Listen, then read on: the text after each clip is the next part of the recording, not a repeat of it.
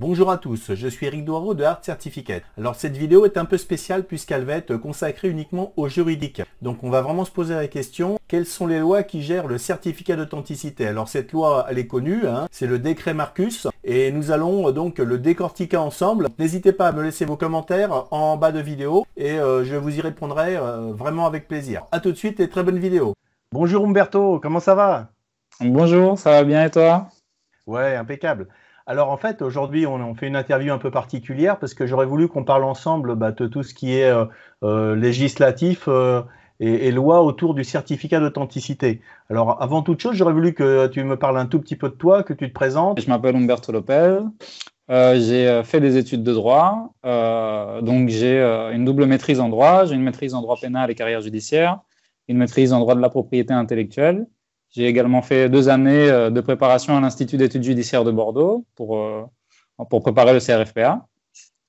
Et voilà, essentiellement pour ce qui est de mon parcours juridique. Je t'ai confié une mission il y a quelques temps, c'était plus dans l'information juridique, pour que tu essayes que tu m'expliques, parce que j'avais besoin que tu m'expliques, mais j'avais aussi besoin que les artistes intéressés puissent comprendre, quelles étaient les bases légales justement pour le certificat d'authenticité. Donc je crois que tout ça, ça se base principalement sur un décret, qui s'appelle apparemment le décret Marcus. Alors est-ce que tu peux un peu nous expliquer ce que c'est que ce décret? Et puis, quels sont les points importants à savoir pour établir un bon certificat d'authenticité, ou du moins le cadre légal du certificat d'authenticité? Alors, donc en effet, le cadre légal du certificat d'authenticité, il est régi par le décret Marcus, que tu viens de citer.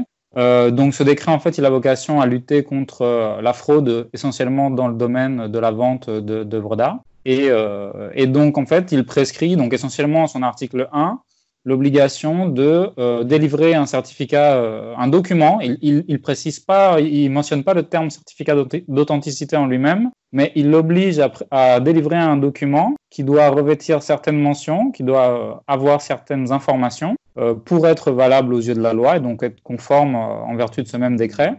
Et il s'agit en fait donc là du certificat d'authenticité. C'est-à-dire que le décret Marcus, en fait, il parle plus d'une facture, d'une quittance, d'un bordereau de vente, d'un extrait de procès-verbal.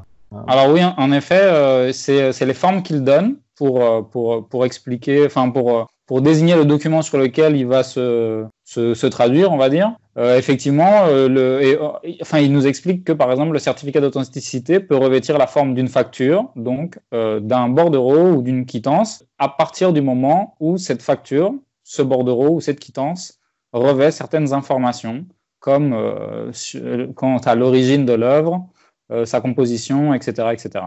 En fait, il y a certaines mentions qui vont donner de la valeur à l'œuvre d'art. Et en vertu justement de cette valeur, il y a la contrepartie qui est qu'on doit garantir la véracité de ces informations. Et donc, on peut les retrouver parmi les premiers articles du décret Marcus. Et justement, le décret Marcus va sanctionner un défaut de véracité de ces éléments qui vont figurer sur le certificat d'authenticité, parce que forcément, la corrélation est qu'il y a une certaine plus-value à l'œuvre d'art qui va avoir ces caractéristiques. Et qui peut délivrer en fait justement ce certificat? Apparemment, c'est le vendeur de l'œuvre qui. Le texte, il parle donc du vendeur qui peut être soit professionnel ou occasionnel. Donc là, c'est relativement simple. C'est soit la personne qui occasionnellement vend de temps en temps des œuvres d'art, ou celui qui en fait donc son métier, tout simplement. Mais il parle également du commissaire-priseur ou de l'officier public qui est chargé, ou de toute personne habilitée à procéder à une telle vente dans une vente aux enchères, par exemple. Donc c'est certaines personnes bien définies par la loi, mais essentiellement, il s'agira donc, à part pour le cas des ventes publiques, où on a le commissaire-priseur et l'officier public, donc essentiellement, il s'agira du vendeur. Donc en fait, un artiste, s'il vend ses œuvres, il est apte à fournir en fait un certificat d'authenticité sous la forme qu'il souhaite, pourvu qu'il y ait les mentions indiquées. Tout à fait, oui. L'article 2 du décret dispose que la dénomination d'une œuvre ou d'un objet, lorsqu'elle est uniquement et immédiatement suivie de la référence à une période historique, un siècle ou une époque, garantit l'acheteur que cette œuvre ou objet a été effectivement produit au cours de la période de référence. Lorsqu'une ou plusieurs parties de l'œuvre ou objet sont de fabrication postérieure, l'acquéreur doit être informé. Oui, donc en fait là, c'est un petit peu ce qu'on disait tout à l'heure vis-à-vis de la plus-value de l'œuvre, c'est-à-dire que cette mention géographique, temporelle, qui va accompagner l'œuvre, elle va forcément apporter une plus-value en fonction justement de cette temporalité, et c'est en vertu de ça que le texte exige que lorsqu'on met cette mention, on doive la garantir. Et donc, c'est une sorte c'est une règle de preuve, hein, en réalité, c'est une présomption. C'est-à-dire que lorsque l'artiste va préciser que son œuvre date de telle époque, eh bien, forcément, s'il s'avère que ce n'est pas le cas, dû à une expertise ultérieure ou autre, eh bien, il devra en payer les conséquences, en quelque sorte, puisque forcément, il aura sûrement utilisé cette mention pour vendre son œuvre plus cher que ce qu'elle ne vaut réellement. Voilà, donc un des points essentiels, c'est vraiment la date de création de l'œuvre et puis le lieu éventuellement où elle a été créée. Donc l'article 3 du décret dispose que, à moins qu'elle ne soit accompagnée d'une réserve expresse sur l'authenticité, l'indication qu'une œuvre ou un objet porte la signature ou l'estampille d'un artiste entraîne la garantie que l'artiste mentionné en est effectivement l'auteur. Là aussi, en fait, c'est une autre règle un petit peu de preuve, c'est une présomption. C'est-à-dire que pour éviter tout abus frauduleux, forcément, on va considérer qu'à partir du moment où on indique que telle œuvre, un tableau par exemple, porte en lui-même la signature de l'artiste, on va présumer, à partir de ce fait, que forcément c'est un vrai, l'œuvre est authentique, et donc forcément elle aura une valeur beaucoup plus importante. Et si on se risque, si je puis dire, à mentionner ce fait, on devra encore une fois s'en porter garant. C'est-à-dire qu'on s'engage par cela à garantir qu'il y a une réelle filiation entre l'œuvre et l'artiste. Si ce n'est pas le cas, encore une fois, si on découvre via une expertise ultérieure que ce n'est pas le cas, on devra éventuellement, on risque de se voir premièrement sanctionné par l'amende prévue par le décret, donc une amende de la 5e classe, et également voir une éventuelle nullité de la vente de ce produit. Donc en fait là, c'est vraiment la signature qu'on trouve sur l'œuvre. À partir du moment où il y a une signature, la loi suppose que c'est vraiment l'artiste qui a fait la signature, quoi. Donc, voilà, à part si on en émet la réserve expresse, c'est-à-dire si on indique expressément que quand bien même il y aurait cette signature, il ne s'agit pas forcément d'un authentique, d'une œuvre authentique, ou on n'est pas sûr en tout cas qu'elle le soit. D'accord. Donc en fait, sur un certificat d'authenticité ou une facture, si on indique une œuvre de telle époque signée par l'artiste Tartampion, en fait, on s'engage automatiquement sur le fait que nous considère que l'époque et la signature, elle est vraie. L'article 4 parle d'une œuvre attribuée à un artiste ou après dans les emplois des termes atelier de l'artiste. Donc ça, c'est également ces termes parce que soit l'artiste a signé son œuvre, ou soit ça peut être effectivement attribué à l'artiste alors qu'on ne sait pas vraiment. Donc ça, c'est des mentions aussi qui permettent de moduler un petit peu entre une signature où on est sûr que c'est l'artiste et puis des attributions supposées. Voilà, oui. Ouais, l'article 4, en effet, c'est une plus petite présomption, on va dire. C'est qu'il dit, si je ne me trompe pas, qu'on attribue donc cette œuvre à cet artiste en raison de la temporalité, du moment où elle a été faite. Et en fait, on a quelques présomptions, on a quelques éléments qui nous permettent de dire qu'il y a de grandes chances qu'il s'agisse là de l'œuvre de l'artiste en question, mais on n'en est pas sûr à 100%. Donc, encore une fois, on se dégage une petite marge pour éviter de voir sa responsabilité engagée sur ce fait. Donc, c'est aussi à l'artiste, lorsqu'il vend des œuvres de ce genre-là, de choisir, on va dire, quels sont les termes qu'il va utiliser pour la description de l'œuvre, de la pièce. Et en fonction de ce choix, justement, il va exposer plus ou moins sa responsabilité. Au même titre que atelier 2, donc on peut supposer qu'il y a un atelier où il y a un maître, et puis l'œuvre vient de l'atelier, mais pas forcément du maître, ça peut être d'un de ses élèves également. Voilà, tout à fait. Ouais. Dans l'article 7, par exemple, on parle dans le goût, le style ou la manière également. C'est-à-dire que c'est encore des variations de cette signature, ou du moins de la filiation qu'on peut trouver entre l'œuvre et l'artiste. Voilà, exactement. Et pour cet article-là, il me semble bien que justement, ces éléments-là n'engagent pas cette fois-ci. Ce qui fait qu'on peut les utiliser sans craindre entre guillemets, de sanctions juridiques en cas d'inexactitude. Et donc après, on parle de facsimilé, surmoulage, copie. Donc en fait, c'est également, on essaye de effectivement qualifier l'œuvre pour être plus près de la réalité. Alors ensuite, on passe à l'article 10. Donc quiconque aura contrevenu aux dispositions des articles 1er au 9e. Donc quelles sont les conséquences donc d'une personne qui aurait rédigé en fait un document, un certificat d'authenticité qui serait avéré ensuite inexact ou frauduleux? Alors, donc les conséquences, justement, elles sont prévues par cet article-là, et il nous parle d'une amende, donc d'une contravention de la 5e classe, donc qui représente en réalité une amende pouvant aller jusqu'à 1 500 €. Mais il faut bien savoir qu'au-delà de ça, on peut, s'il y a litige, on peut se voir condamné à des dommages et intérêts et également à l'annulation. Enfin, en gros, on peut voir la vente annulée. En fait, si les mentions sur le certificat s'avèrent ne pas être conformes à la réalité, bah, ça peut annuler la vente, carrément. La jurisprudence, elle a retenu en fait que le simple doute quant à l'authenticité de l'œuvre pouvait suffire à annuler une vente portant sur celle-ci. Bon, je voulais savoir en fait si le certificat d'authenticité, en fait, maintenant, vis-à-vis de la loi, est obligatoire. Alors, il n'est pas obligatoire en tant que tel, c'est-à-dire que l'article 1er du décret nous dit bien que la délivrance du certificat est obligatoire uniquement si l'acquéreur, donc l'acheteur, en fait la demande expressément. Mais s'il ne dit rien, on n'est pas tenu légalement de lui délivrer automatiquement un certificat.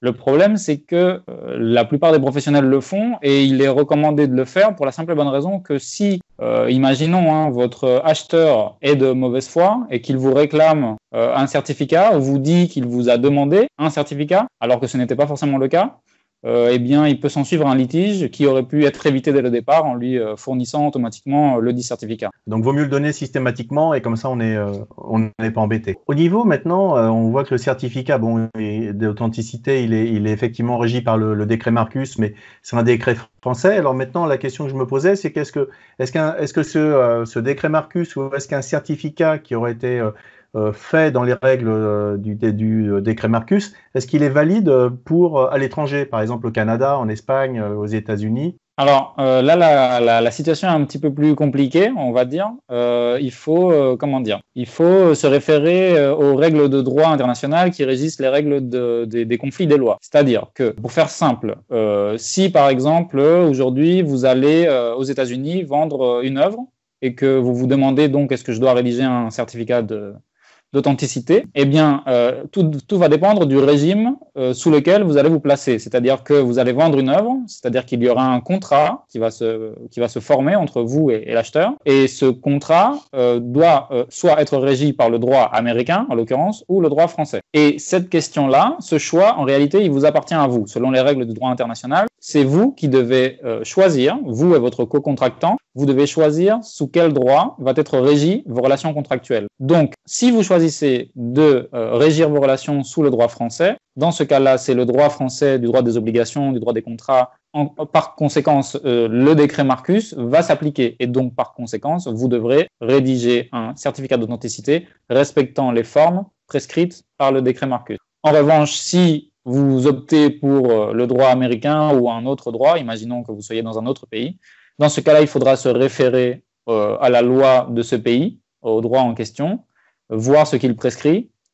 Mais bon, gardons quand même en tête que dans tous les cas, les différents pays ont tous une législation, enfin la plupart des pays ont une législation assez protectrice, en ce qui concerne le droit d'auteur. Donc, dans tous les cas, ça devrait aller. Mais est-ce que, par exemple, moi, je vais à l'étranger, par exemple, je fais un certificat et à quel moment j'indique que ce certificat se réfère au décret Marcus? Est-ce que c'est automatique parce que je le fais en français ou est-ce qu'il faut que je le stipule particulièrement? Alors, on peut le stipuler effectivement à l'arrière, par exemple, du certificat, tout simplement. On peut mentionner, préciser les mentions légales du certificat ou en petit en bas de page, entre guillemets. Mais a priori, ce n'est encore une fois pas forcément une obligation et encore une fois, tout dépend des relations contractuelles et de la loi qui leur sera applicable. Mais bon, s'il n'y a aucune discussion, par exemple, moi je vends à un acheteur américain, je donne un certificat français. Vis-à-vis de la loi, comment c'est pris en compte? Est-ce que c'est la loi américaine, c'est la loi française, ou est-ce que c'est le lieu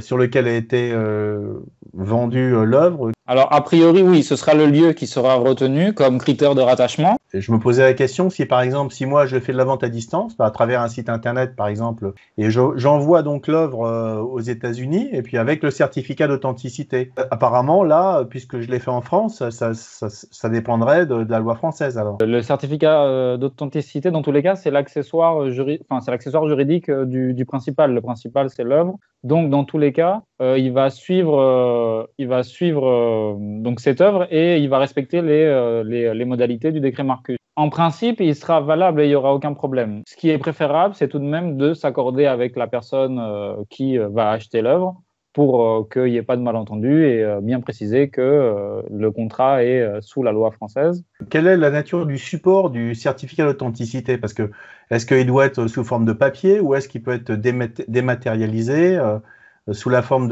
enregistré, par exemple sur une base de données type blockchain? Enfin, que dit la loi par rapport à ces supports? Alors justement, donc le décret Marcus, il ne parle pas du tout du support, du type du support. Donc forcément, lui, en fonction vis-à-vis de l'époque dans laquelle il a été rédigé, il visait uniquement le support papier. Mais on a depuis les années 2000, concernant les documents par exemple dématérialisés, et même l'article 1366, si je ne me trompe pas, du Code civil, qui accorde de nos jours une valeur juridique similaire à l'écrit donc sur papier ou à l'écrit sous forme numérique.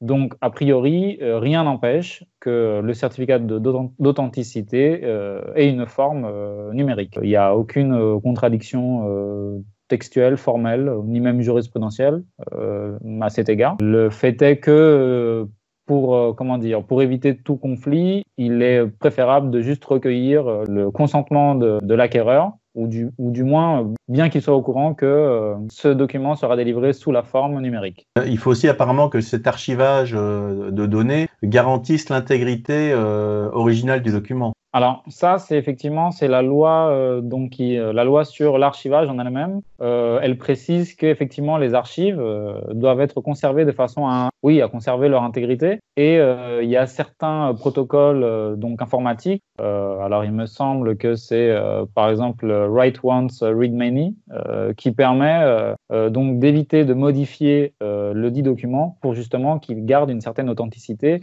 et qu'il ne soit pas altéré par n'importe qui, qu'il ait une certaine fiabilité. Bon, le document papier, donc on va dire c'est l'origine. Donc quand c'est écrit sur le papier, a priori, ça conserve. On voit que l'intégrité des données y sont, quoi. Si on fait une rature, on voit la rature. Et si c'est par exemple numérique, il faut vraiment que ce soit un système qui garantisse l'intégrité des documents et en plus demander l'autorisation effectivement de l'autre partie, l'avertir en tout cas que. Alors je me posais autrement la question de la blockchain. Avec la blockchain, donc c'est une sorte de chiffrement numérique et puis ensuite c'est enregistré sur des bases dématérialisées. Donc par rapport à la blockchain, est-ce qu'il y a quelque chose à dire particulièrement? Alors, du point de vue juridique et légal, la blockchain, elle va rien apporter. C'est-à-dire qu'il n'y a aucune obligation légale, ni aucune obligation légale, ni aucun plus, aucun bénéfice, entre guillemets, juridique à assurer ce genre de document sous la forme de blockchain ou autre. Le seul intérêt, il va vraiment être pratique au niveau de la sécurité, mais ça dépend donc des informaticiens qui vont décider, donc, selon leur intime conviction à eux, quelle est la meilleure solution. Ce qu'il faut, c'est juste respecter, en fait, la loi du 13 mars 2000 là, sur les documents juridiques. Voilà, sur l'archivage, en effet, oui. Alors, autrement, une autre question que je me posais, c'était l'importance de la signature, mais sur le certificat d'authenticité. Parce que on a parlé de la signature sur l'œuvre d'art, qui est en fait très importante, mais est-ce que par exemple, on a besoin de signer le certificat d'authenticité? Alors, encore une fois, le décret Marcus, il nous dit rien à cet égard. Il parle uniquement de la signature lorsqu'elle est apposée sur l'œuvre en elle-même. Et donc là, il s'agit d'une règle de présomption, donc une règle de preuve, pour assurer l'authenticité, donc comme on l'a vu tout à l'heure, de l'œuvre. Mais en ce qui concerne la signature sur le certificat en lui-même, il n'y a aucune obligation. La signature en elle-même, selon le Code civil, il me semble que c'est l'article 1367 de tête, j'espère que je ne me trompe pas, elle dit tout simplement que la signature, c'est la traduction du consentement de celui qui l'émet. Elle va en effet appuyer le consentement de celui, en signant, donc on va s'obliger, on va consentir aux obligations qu'on a souscrites. Et de ce fait, imaginons quelqu'un qui signe un certificat d'authenticité, il va de ce fait certifier, s'engager sur le fait que les informations qui sont sur ce certificat sont véridiques et le cas échéant, il s'engage à payer le dommage qu'il pourrait causer. Mais dans tous les cas, cette sanction va s'appliquer qu'il y ait signature ou non. Et encore une fois, la signature est superflue parce qu'elle n'est pas exigée par le décret Marcus. On a bien vu que dans le décret Marcus, on ne parle pas spécifiquement du certificat d'authenticité, mais plus des documents qui pourraient faire office de certificat d'authenticité. Alors effectivement, le certificat d'authenticité, il n'est pas cité comme tel dans le décret Marcus, mais lorsqu'on examine la jurisprudence, on voit bien que celle-ci fait automatiquement le lien. C'est-à-dire que lorsqu'elle parle de certificat d'authenticité, elle cite expressément le décret Marcus. C'est le même document dont il est question. Et effectivement, le certificat d'authenticité, sa nature juridique, c'est un accessoire juridique. C'est-à-dire que lors d'une vente d'un meuble, il doit accompagner, c'est un document qui doit accompagner le meuble en question, donc l'œuvre d'art, pour témoigner des spécificités qui y sont rattachées. Maintenant, ça c'est la règle de principe, et justement, pour les œuvres d'art, on a des précisions qui, elles, sont rapportées par le décret Marcus, et c'est donc à ce décret qu'il faut se rapporter, encore une fois. Et lui nous dit il nous précise quelles sont les mentions qui doivent figurer obligatoirement sur le décret. Tout certificat d'authenticité peut avoir plusieurs mentions, au-delà de celle du décret Marcus, mais en tout état de cause, pour qu'il soit valable, c'est celles du décret Marcus qui sont les plus importantes. Elles doivent automatiquement figurer sur ce document, et les autres mentions qui viendraient s'ajouter aurait plus une finalité peut-être esthétique, commerciale ou purement artistique. Le décret Marcus disait que c'était le vendeur qui était apte, le vendeur occasionnel ou régulier à fournir un certificat d'authenticité. Mais aujourd'hui, on a également des experts dans le monde de l'art. Donc, en fait, c'est des gens qui sont spécialistes et qui, à un moment donné, authentifient des œuvres. Et puis, à ce moment-là, quelle est la valeur, quel est le rôle, en fait, de ces experts en art, et quelle est la valeur des certificats d'authenticité qu'ils pourraient délivrer? Tout d'abord, le statut d'expert en art, il faut savoir qu'il n'est pas réglementé en France, ni même en Europe, à vrai dire. C'est-à-dire qu'en réalité, tout le monde peut se réclamer expert en art. La pratique consciente donc de cette lacune, on va dire, a essayé de se regrouper en fédérations. Donc on a des fédérations d'experts en art qui vont essayer de contrôler un petit peu la compétence et la maîtrise des personnes qui sont en leur sein, pour essayer de délivrer quand même une expertise de qualité. Mais dans tous les cas, le statut n'est pas réglementé. C'est la pratique et la coutume a admis que ces professionnels de l'art puissent délivrer des certificats d'authenticité lorsqu'ils authentifient une œuvre, par exemple. Et ce document va avoir un effet juridique dans le sens qu'il va les engager sur les certifications qu'ils auront émises. C'est-à-dire que si un expert certifie qu'un tel tableau est authentique et qu'il se trouve que cette certification est contredite par un autre expert lors d'une expertise ultérieure ou une vente ultérieure, eh bien le premier expert pourra voir sa responsabilité engagée par le vendeur de l'œuvre, car celui-ci aura commis une erreur. Il faut savoir là aussi que la responsabilité des experts en œuvre d'art, c'est une responsabilité de moyens et non pas de résultats. Ce qui veut dire que l'expert en art, il est tenu de faire de son mieux, de procéder aux recherches, aux analyses nécessaires pour savoir si l'œuvre est authentique ou pas. Mais s'il commet une erreur, disons, de bonne foi, il ne sera pas responsable. La jurisprudence tend à évoluer vers une obligation de résultat en ce qui concerne l'expertise donc de l'expert en art. Et dès lors qu'il va se tromper, il risque de voir sa responsabilité engagée. On retrouve cette responsabilité, cette obligation de résultat, notamment dans les ventes aux enchères publiques.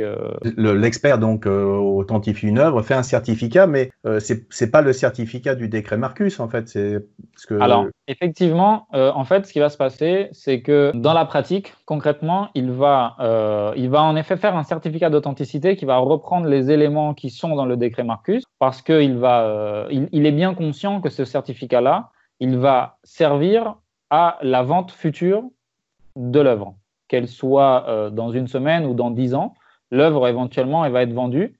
Et donc le certificat, il doit automatiquement comporter les mentions du décret Marcus pour que justement il soit valable, comme on l'a déjà vu. Et donc il va anticiper ce fait et il va forcément mentionner les informations du décret Marcus. Mais ce qui va se passer dans les faits, c'est qu'en réalité, il va remettre ce certificat au vendeur, donc à celui qui détient l'œuvre, et c'est ce vendeur-là, c'est cette personne qui détient l'œuvre qui, in fine, va vendre l'œuvre. Donc, on retombe sous le coup du décret Marcus, car c'est le vendeur qui est tenu, qui est obligé de délivrer le certificat. Et au final, c'est lui qui délivre le certificat, même si ce certificat a été fait par un expert. Donc, en fait, l'acheteur, lui, selon la loi, il va se retourner vers le vendeur. Et puis, éventuellement, le vendeur, il pourrait se retourner vers l'expert. Voilà. Oui. Ah oui, alors la question aussi qu'on se posait, c'est qu'à partir du moment où on a délivré, par exemple, un certificat d'authenticité, enfin, on a fait une vente, on donne les documents, la durée de validité d'un certificat d'authenticité ou... Il n'y a pas de durée de validité. Donc, il n'y a aucun texte, il n'y a rien là-dessus qui nous dise que le certificat a une durée de vie. Donc, on voit bien d'ailleurs dans les affaires jurisprudentielles qu'il n'y a pas de terme extinctif, on va dire, en ce qui concerne la validité du certificat d'authenticité. Donc, il vaut jusqu'à ce qu'il soit contesté éventuellement par un autre expert ou qu'il soit éventuellement perdu ou autre, on va dire ça. Bon, bah écoute, Umberto, je te remercie beaucoup de toutes ces informations qui sont très précieuses. Donc, je crois aujourd'hui que toi, en tant que juriste, en fait, tu proposes également d'agir en donnant peut-être des informations juridiques. Tu es au service éventuellement de certains artistes ou de professionnels qui aimeraient avoir plus d'informations juridiques par rapport à ce cadre-là? Alors oui, je suis disposé effectivement à faire un travail de recherche et de synthèse, on va dire, vis-à-vis des différents problèmes juridiques et des différentes questions qu'on pourrait se poser, notamment dans le domaine de l'art, mais pas que, également en droit pénal notamment, en droit de la propriété industrielle et commerciale, mais bien sûr en droit d'auteur, etc. Tout en restant bien sûr dans le cadre donc, de la loi de 1971 concernant le monopole de la profession d'avocat. Donc je ne délivre que de l'information juridique, je ne fais pas de conseils, donc je donne l'information expliquée et après c'est à vous de faire votre choix. Je donnerai toutes ces coordonnées dans la description de la vidéo. Et voilà, je te remercie beaucoup et puis je te dis à très bientôt. De rien, merci à vous. Au revoir. Au revoir. Merci de votre écoute. Vous avez été jusqu'au bout de la vidéo, donc c'est très bien. N'hésitez pas à la revoir pour mieux comprendre certains détails. Et dans tous les cas, vous pouvez laisser des commentaires. Je les lirai attentivement et je vous répondrai dans la mesure du possible. À très bientôt.